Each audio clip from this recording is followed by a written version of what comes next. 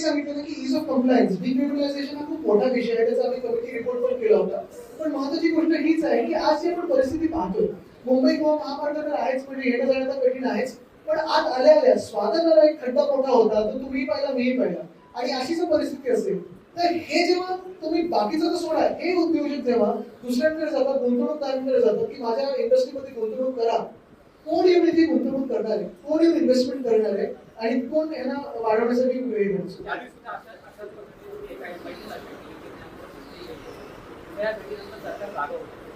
मी चाकणला गेलो, त्याच्यानंतर उद्योग मंत्री असं 5-6 तास बसायला लागलं, डीसीएम ला पळायला लागलं, तिथे थोडी हलचल सुरू झालेली आहे. हिंजवडीमध्ये आम्ही 6 तारखेला तिकडच्या स्थानिक लोकांनी मोर्चा पकडलेला आहे, आणि इथे देखील माझी हीच अपेक्षा आहे की इकडच्या स्थानिक जनतेने, इथे जे कामगार आहेत, तिकडचे जे उद्योजक आहेत, त्यांनी देखील पुढे येऊन असंच एक जाग या सरकारला आणवे. मी त्यांच्या सोबत राहील. मी तेव्हाही सांगितलं होतं, मी सगळीकडे सांगतोय, मी कोणाचं नेतृत्व करायला फिरत नाहीये, जनतेसोबत गंभीरपणे उभं राहायला फिरतोय आणि जनतेला त्रास करणार याच्यासाठी. खाद्यपदार्थाचे भाव बदलायला फिरले आहेत, काय सांगतात? आज एक साखरेचा दर करणारा वेळलेला आहेच, आणि दुसरं म्हणजे इथेनॉलचे शेअर देखील तेवढेच वाढलेले आहेत. त्याचा ताळमेळ काय लागतोय हे आपण बघा. शेवटचा प्रश्न आता मागच्या वेळेला माजी उद्योग मंत्री सुभाष देसाई इथे आलेले होते आणि ते म्हणाले आहे की भास्कर जाधव पुढचे मुख्यमंत्री असतील. काय तुम्हाला वाटतं? आमच्या पक्षात नसले तर आनंदच आहे, आणि असणारच.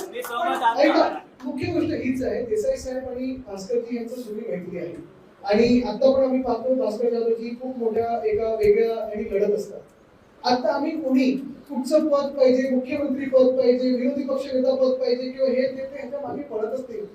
आमचा जो सगळा आटापिटा चाललाय, आमचा जो सगळी लढाई चाललेली आहे, तो महाराष्ट्राच्या जनतेला न्याय मिळवण्यासाठी चाललेली. जिथे जिथे अन्याय होतो तिथे जाऊन आम्ही धावत पडत जातो आणि त्याच्यावर लढत असतो.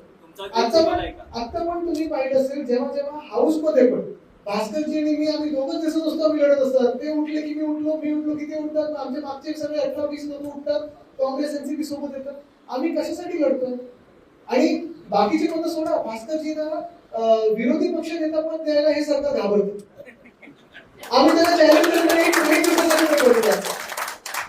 तर मुख्य गोष्ट हीच आहे की आता आम्ही सगळे महाराष्ट्रासाठी लढतो, कुठच्याही स्वार्थातून लढत नाही, आणि आम्ही पदासाठी नाही तर महाराष्ट्राला अपमानास्पद जी वागणूक या दिल्ली दरबारी भाजपच्या शासनात मिळत आहे त्याच्या विरोधात लढतो.